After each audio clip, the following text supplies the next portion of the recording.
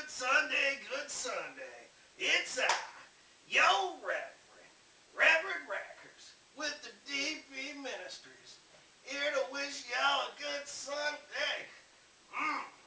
It's nice outside today, folks. Windy as fuck, but it's nice outside. The Reverend won't be wearing this hat, because it would fly away. So the first thing the Reverend got to talk about today, the Chiefs play the Broncos tonight. Go Kansas City Chiefs. Hoping to see that 10-0 record. It's going to be a tough-ass game. Defense has got to be stellar. Offense has got to put points on the board. So let's go Kansas City Chiefs.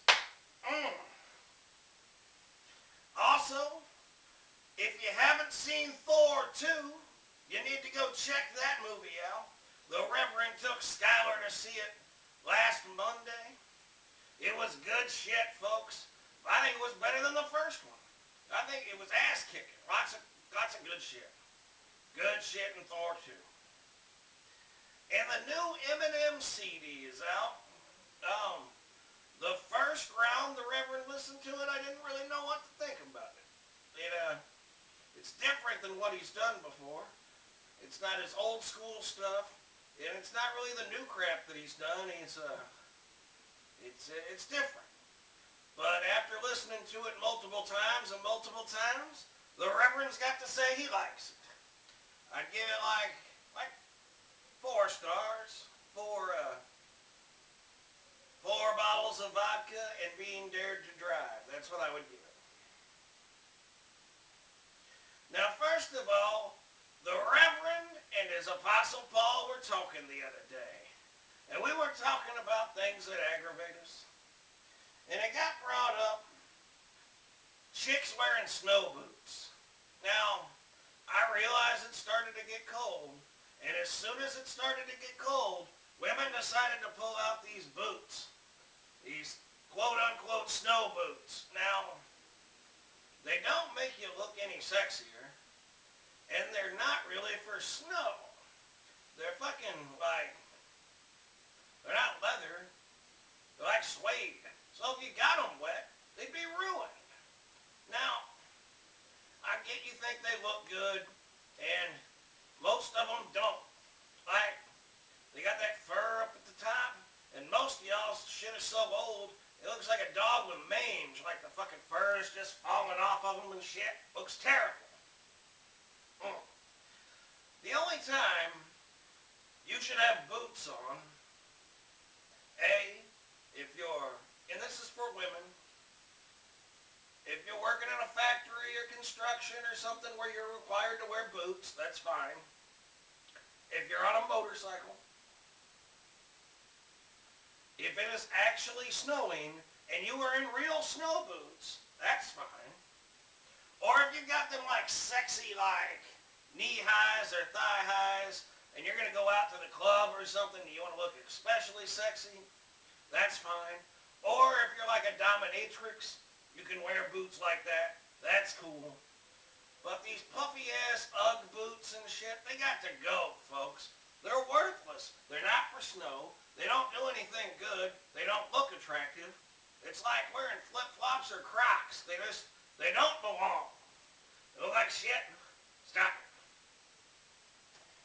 And now, we were also talking about Brother Paul. The Apostle Paul again. I said Reverend. I said what? He said Reverend. I said what, Paul? What can I help you with this week? Every week, the Apostle Paul's got some shit on his plate that he'd like the Reverend to talk about. Now, one of these days, I think the Reverend needs to get the Apostle Paul up here. Maybe do like a guest Apostle Paul video with the Reverend.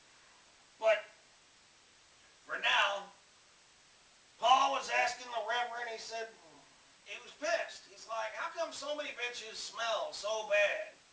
And then, like, nobody will do anything about it. Or why do people in general smell so bad and they don't know? And they leave like a whole room functified even after they leave. They smell so bad that a room is actually putrid smelling from their fucking nasty balls or their nasty cooch because they don't know how to wash them. It's fucking gross, folks. Let's face it. Get you some motherfucking soap and a shower up in that bitch. And I've smelled homeless people that don't smell as bad as some of these motherfuckers walking down the street.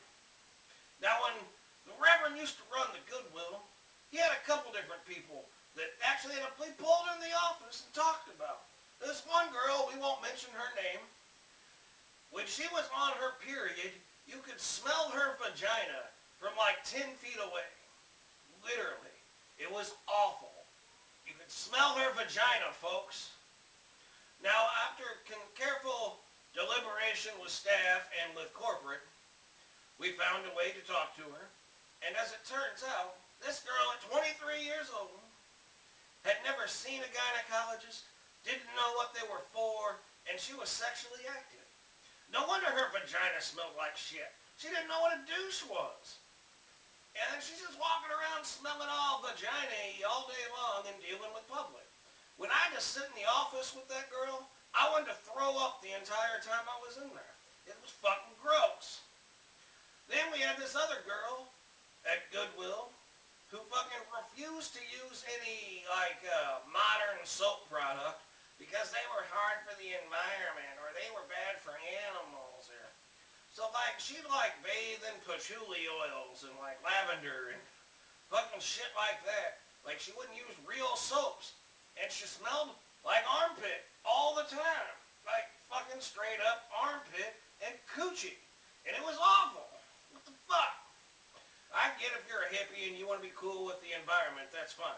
But if you work in a public place, I'm sorry, you got to fucking do something about your smelly ass. Paul was saying he was in school the other day and this bitch smelled so bad that he almost threw up in class. And he brought it up to the teacher, and the teacher said, well, we've talked to her about it, but we can't do anything else. So you're going to let one girl who pays tuition make 40 other people uncomfortable because she's a smelly bitch? I don't think so, folks. Somebody needs to just fucking dose that bitch down with some water and some soap and then throw another bucket of water on her before she goes to class so she doesn't smell like coochie and ass. Fuck. Smelly people suck. When they smell. It's gross. The Reverend would also like to talk about naps. I've brought it up before, but I could really use a nap in the middle of the day. I don't know about you folks, but wouldn't 3 o'clock or 2 o'clock roll around at work and you could just take an hour nap, you'd wake up and actually want to deal with the rest of your day. I don't know, just naps would be great, and that's really all I've got to say about naps.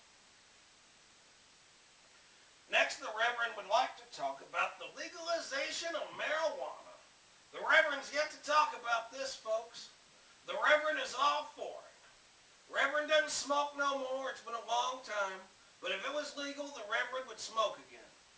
Not like he used to, but, fucking you had a bad day at work, hit the bowl once, wouldn't be that bad. I wouldn't do it anymore because of the illegal stuff. I got too much to lose. But if it was legal, why the fuck not? It's better for you than alcohol, for real. Fucking weed never made me fucking want to fight anybody or not pay some motherfuckers for breakfast after I got drunk or anything like that. Fuck. If anything, weed made me pay extra for breakfast because I was adding more shit to the meal. Now, they got to figure out how to regulate and tax it. Right, folks? It's got to be taxed. First, it's got to be regulated. Like people over 20, only 21-year-olds and over, like alcohol. If you have so much in your system when you're pulled over, you get a driving while high. I actually talked about this in a video before, I believe. But, regulate it and tax it. If we taxed marijuana in 1 year, I guarantee in 1 year, we'd not only be able to pay China back, but we'd be able to pay all our other bills. Then the next year, we would have a surplus of money. A surplus, folks. That means we could do whatever we needed to in this country. And maybe, just maybe, my generation then would be able to use Social Security. Because they'd be able to go back to using that is an actual retirement fund like it was planned to be, instead of the government taking it out to use it for their shit. So I mean, it wouldn't alleviate every problem we had, but if we taxed marijuana and made it legal, I mean, we would not have the deficit problems we have in America. We would have less people in prisons for stupid charges. You know, I mean, it would be... I honestly think probably less people would smoke it if it was, you know, I mean, I don't know. I don't know that less people would smoke it, but, you know, if you regulated it and sold it at supermarkets, or not supermarkets, but gas stations and liquor stores or coffee shops, you know, you'd pay more than what you would for it on the street, obviously. So you're just casual, everyday, quarter bag a month smoker probably wouldn't be affected, but your real strong smokers would be, because they wouldn't have the money to pay for it. So that's not necessarily a bad thing. You might get some of these people who just sit on the couch all day and smoke actually up and about doing something, getting a job, so they can afford their chronic. The next thing the Reverend's got to talk about really pisses him off a lot. It is November. I'm not sure the day, the 17th, 18th, 17th. Reverend's birthday's in 2 days, folks. So if you think about it, wish him a happy birthday. The Reverend takes alcohol, sex, money, rock and roll, and all his birthday gifts, so hook him up. Anyway, so it's not even Thanksgiving yet. And motherfuckers have Christmas lights out on their houses right now, lit up, son. I want to pull them all off. I'm not a Grinch, but goddamn it. It's not Christmas. Give Thanksgiving its holiday. Fucking, after Thanksgiving, you can do all the Christmas shit you want. Put Christmas on the radio, put it on TV. I don't give a shit. There's already Christmas music on the radio. There's already tons of Christmas shit out at the stores. There's fucking people with trees and fucking Christmas lights set up already. It's not Thanksgiving. Fucking the turkey and being thankful for what you have is what's right now. Not fucking what we could have from fucking presents and shit. God damn it. Give the turkey back his holiday. Now, the Reverend's got some more notes to go over. The Reverend and Uncle Whistleblower decided to tackle something called Mount Weather. Now, Mount Weather was definitely not what I thought it was going to be when I pulled it up. Not even close. So, few Americans are aware of the existence of Mount Weather, a mysterious underground facility base carved deep inside a mountain near Bluemont, Virginia, just 46 miles from Washington, D.C. Mount Weather is also known as the West Virginia Office of Controlled Conflict Operations, and is buried not just in deep hard granite, but in secrecy as well, folks. Just most secrets from Uncle Sam. Mount Weather is virtually self-contained facility. Above ground, it has scattered across manicured lawns, buildings with antennas, microwave relay systems, on-site sewage treatment plants, water plants, things like that, entry gate, control tower, helicopter pads. But its real secrets are not visible above ground.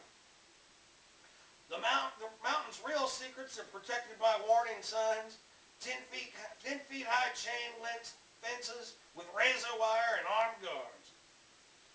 Cautious motorists and hikers on the Appalachian Trail are relieved of their sketch pads and cameras and sent away when they see this facility.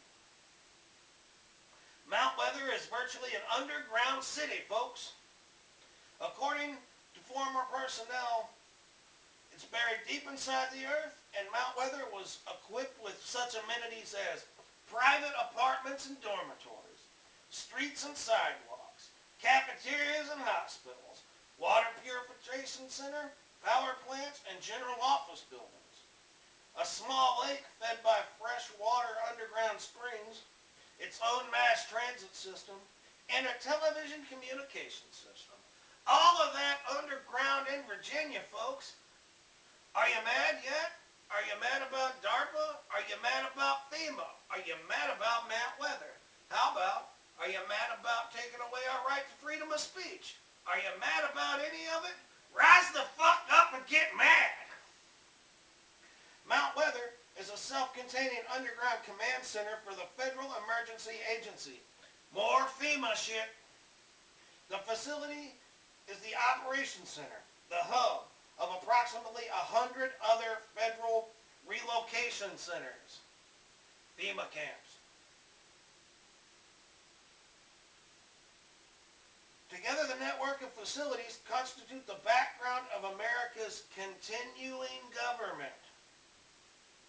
In the event of a nuclear war and the declaration of martial law, other natural emergencies, the president and his cabinet and the rest of the executive branch would be relocated to Mount Weather.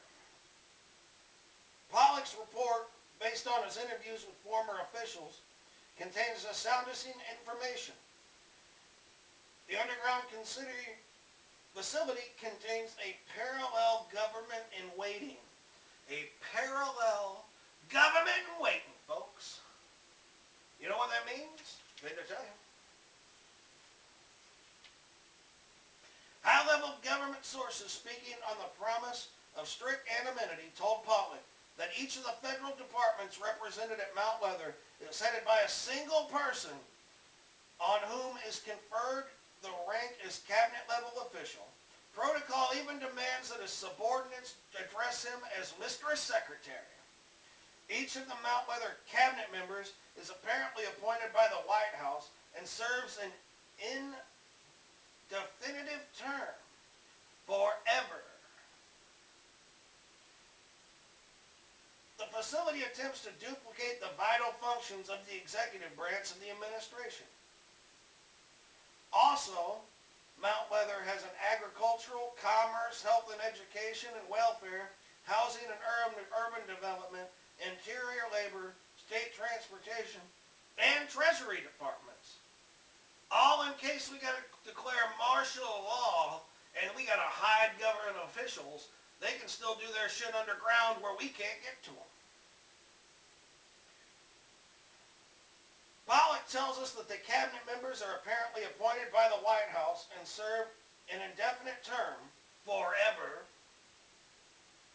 But the information cannot be confirmed, raising further question about who holds the reins on this backup government.